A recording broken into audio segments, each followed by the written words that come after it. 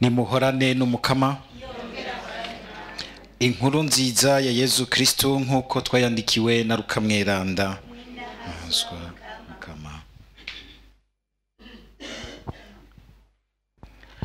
Muri irya minsi abafarizayo bari babajije Yezu igihe ubwami bw'Imana buzozira.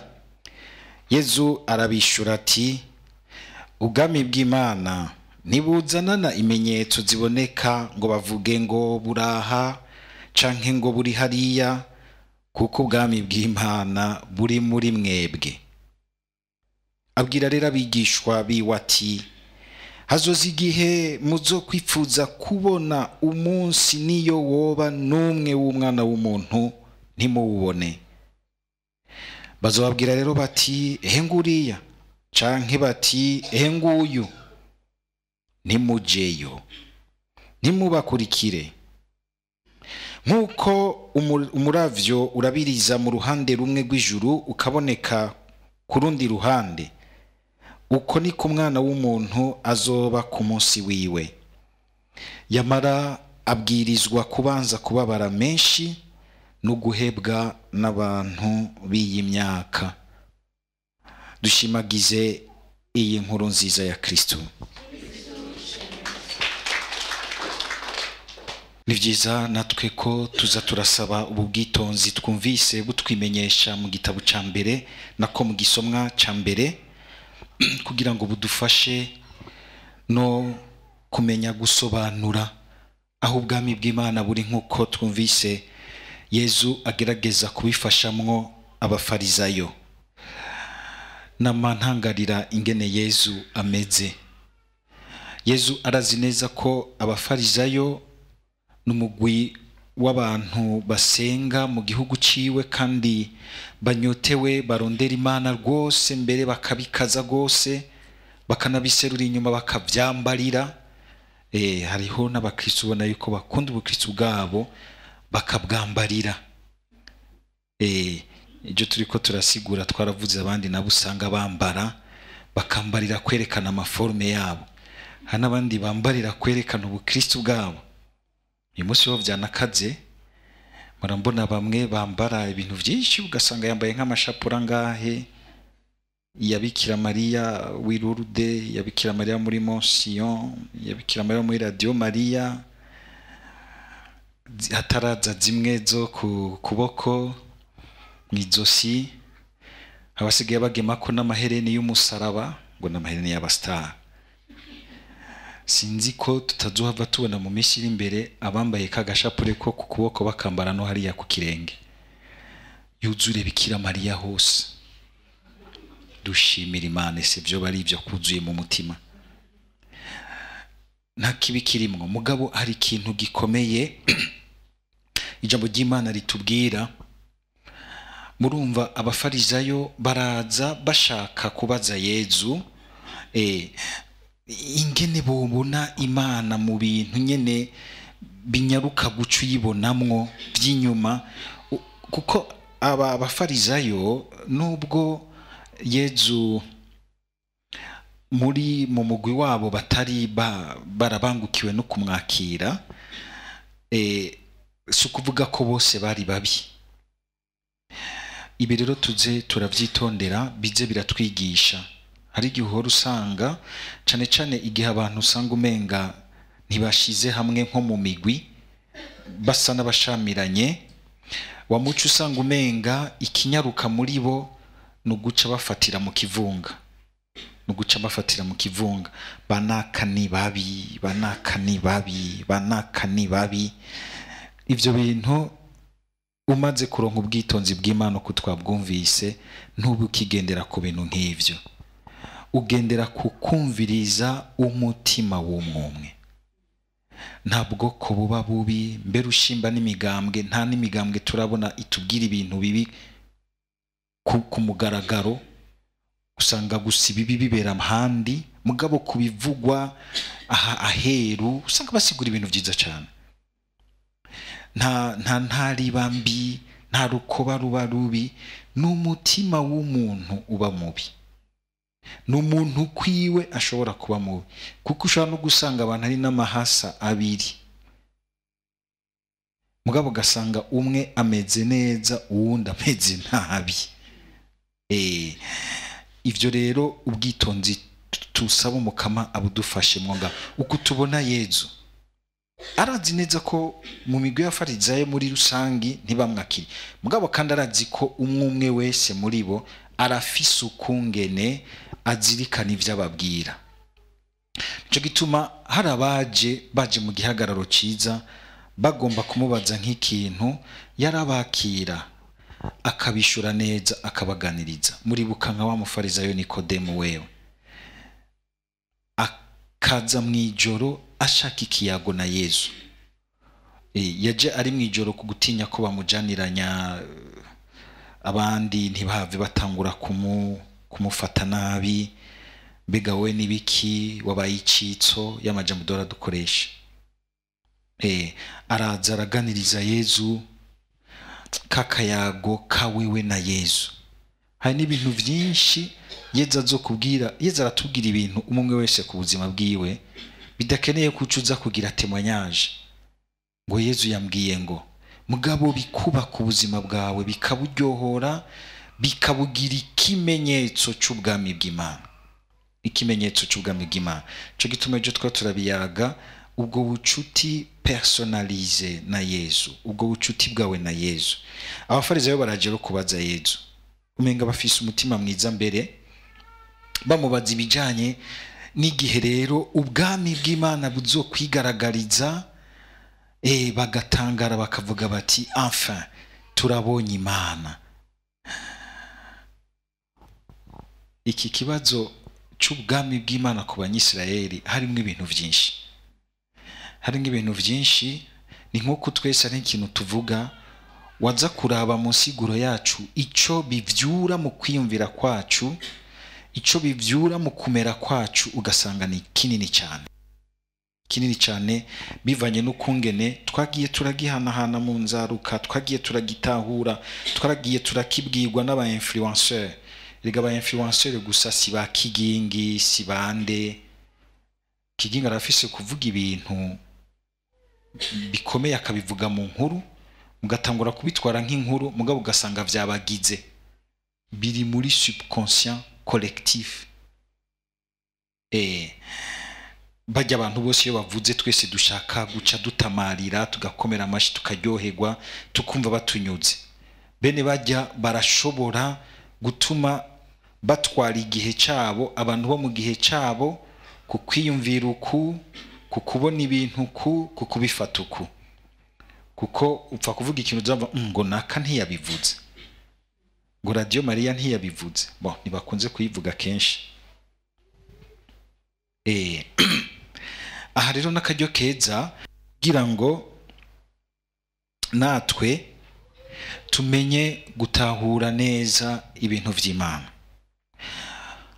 Kuri abafarisayo n'abantu bo mu gihe cyabo bavuze ubwami bw'Imana, babona Imana rero yigaragaje ikimenyesha abapagani. Bagaca bahinduka bose, bagahindukirira Imana yabo, kuko burya harimo nako kantu kuko bagira bati Imana yacu. Hari igihe tuvuga ngo Imana yacu umenga ni Imana tugomba kwigungana, kandi niyigaragaza nk'Imana yacu natwe tuce tugaragara ko ari twe duhambaye. Sinzi ko murabibona mu madini. Ingwi iwacu tufise umupastori arakiza, arakora ibiki, kuko uwo muntu akize ucumenga wa undi yakuzana akugize kububasha.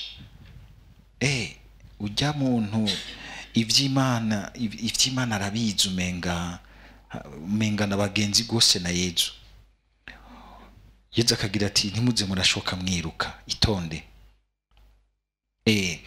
Ivyo bintu vyuko usanga umenga Imana tuyigize Imana twa privatije iwacu, ipanzi iwacu, ahandi ni mu mashetani. Iri hagi iwacu, irahi iwacu. N'abanyisirayeli kuvuga ngo ubwami bw'Imana ko ari ukugira ngo Imana yabo iyawe imara amazi ibindi bimungu vyose, hanyuma nabo rero bacaboneka bati n'igihugu c'Imana, bace baganza isi yose, twese ducike uduhimbiri dukukumba ku birenge vyabo. Hari n'igihe usanga na twebwe ntiduce tubatwenga mu bwenge bwacu, hama hari hiyo Mana, le Dieu puissant, tugirira ibitangaza kandi ibigiri wacu, ibigiri wacu. Cyo gituma Yezu mu kubishura ari kintu yababwiye mumvise ngo nkuko umuravyo, mumvise ikintu yavuze ati ngo nkuko umuravyo urabiriza mu ruhande rumwe rw'ijuru ukaboneka mu kurundi, uko ni ku mwana w'umuntu azoba umunsi wiwe. Ngomvye kubabwira ati Imana izo yigaragaza muri jewe no mwihindukira ryanje, zo kwigaragaza mu buninahazwa bwayo mwihindukira aho nzogarukira, ni Imana y'isi yose mu mpande zose. Niko ni Imana yawe kandi urabiryoherewe n'ivyiza, ni Imana yanyu murabiryoherewe n'ivyiza aho musengera, mu mugwi murimwo canke mu butumwa mukoreramwo, ariko kandi ni Imana ibarengeye irahandi hose. Irahandi hose, ikora uko ishaka, ishobora gukoresha uwishaka, nta guta umutwe, muranda imitsi muharira. Birashobora gushika ugasanga hari igihe mpora ntangara nkagenda nkano muri famiye, ugasanga mu muryango umwe papa asenga mu idini ye, mama asenga mu idini ye, umwana mukuru kuko bamaze gutangura gukura gose asenga ngaha, ugasanga hasigaye nka twana dutonya dukurikira mama watwe canke papa watwe, ugasanga inzimwo imwe irimwo nk'amadini nk'atanu. Abo bantu kugira ngo basengere hamwe, iyo batarumva ko Imana nivyo ni Imana iwabo, ariko kandi ni Imana iri hose, izo igomba kwigaragaza nk'Imana ya bose, birabagora gose, birabagora gose, birabagora gose, kuko usanga umwe wese aca asanga ugukora ubutumwa kwiwe umenga no kurondera abakenya b'idini. Ndabasavye ntimuze murakora ubutumwa ku bandi mudasangiye ukwemera, mudasangiye amadini, tudasangiye idini, nk'uko umenga ni nko kurondera abakiriya b'idini. Oya, nukurondera gukora abandi ku mutima mu rukundo, bakumva ko bahindutse kuko bagendewe n'urukundo rwa Yezu, bakumvisemwo kandi bakumva rubakabuye mu mutima wabo. Aho bizuba biryoshe nivyo ko umuntu yagira uwundi ivyiza abona ahari, ariko mu cubahiro n'ubwitonzi bwinshi urondera kuba inzira Imana izana namwo ngo ishikire umutima wiwe. Gushikira umutima wiwe. Aha rero ikindi nagomba ko tuzirikana ko niki rero Yezu ababwira ati rero reka kurondera ubwami bw'Imana bwa mbere nko mu bintu bigaragara bikaze gose by'ibitangaza nyine muzi duharaye muri iki gihe. Nibaza yuko aba bafarizayo barabaye desu n'inyishu ya Yezu, kandi namwe nibaza ko mwabaye desu, kandi twese turashobora kuba desu, turashobora gutangara nabi kuko twagira tuti kwa giti umunsi mwarondeye Imana iri hariya muri Radio Maria, jayo mwese. Imana iri kwanaka kurikirana kamwese. Yezu hari ikintu agombye kubabwira, burya Imana izobaha iwacu neza igihe izoba iri mu mutima wacu ubwa mbere. Yezu arababwiye ikintu gikomeye ngo ntibuzanana imenyetso, muvuge ngo buri hariya canke buri hariya. Aha mugomba kuvuga yuko rero bunyegeje mu mitima yacu. Tugire Kristo. Banza ahubwo wibaza uti ubwo ubwami bw'Imana buriho mu mutima wanje. Igihe cyose ukoreshwa n'urukundo, igihe cyose ukoreshwa n'ingingo itunganye, igihe cyose wumva ibintu bibi biguciye mu bwenge no mu mutima ukavyamira, bimurazi ko tugenda turanigana n'imitima mibaho hanze.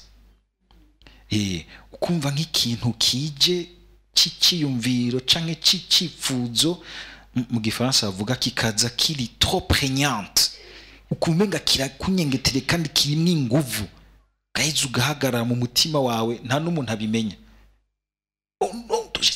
vaho viraho kumva ko ari ikibuka cirukana kandi ntuzurakirindira kuko kirindiriye coco nikirindira kicaye gufata ko avance kandi uko kigutebako niko kikugabanya inguvu mutima kikubwira ati urahuye n'umubisha ugaca uhindukiriza ubwenge bwawe kwijambo ngenderwa ko ry'ubuzima bwawe urukundo rwawe mukamarundutira ubuzima niryo jambo ngenderwa ko giwanje nawe urarifise tarifise rirondere riragutabara kenshi ugaca ugindukiriza umutima n'ubwenge bwawe ku shusho nziza wabonye Yezu yakwiyeretsemo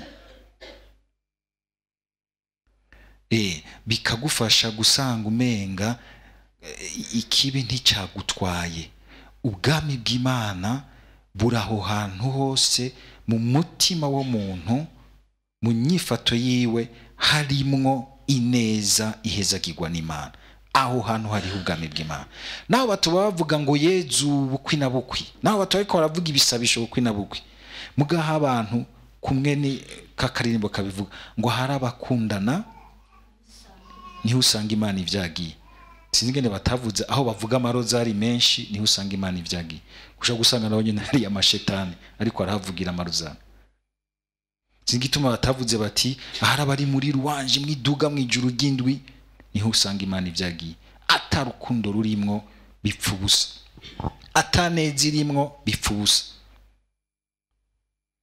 bipfubusa ubwami bw'Imana ni twaburondera rero ubwami bw'Imana Yezu munyisha bahaye abahaye nk'inyisha iberekiti buri mu mice ibiri ikomeye ubu bwa none isi ikiri isi Yezu atarahindukira mu buninahazwa bwiwe ubwami bw'Imana buri mu buzima bwanyu busanzwe igihe cyose mu burondera mwineza igihe cyose mu bugenza mu rukundo igihe cyose murondera igitunganye n'ikiroranye imbere y'Imana igihe cyose mukabura umutima mwiza mukawukaburiranira mushigikirana mu rukundo dans le social mu gufashanya mu kutikunda wewe wenyine ukagira umutima wagutse ukunda abandi ubwami bw'Imana buri muri uyo muntu mbere ashobora no kwiheba rimwe agaheba n'inyungu ziwe kugira ngo yitere muziko abandi batunganirwe ubwami bw'Imana buri hajya hose uri kurakora akazi kawe gatunganiriza abandi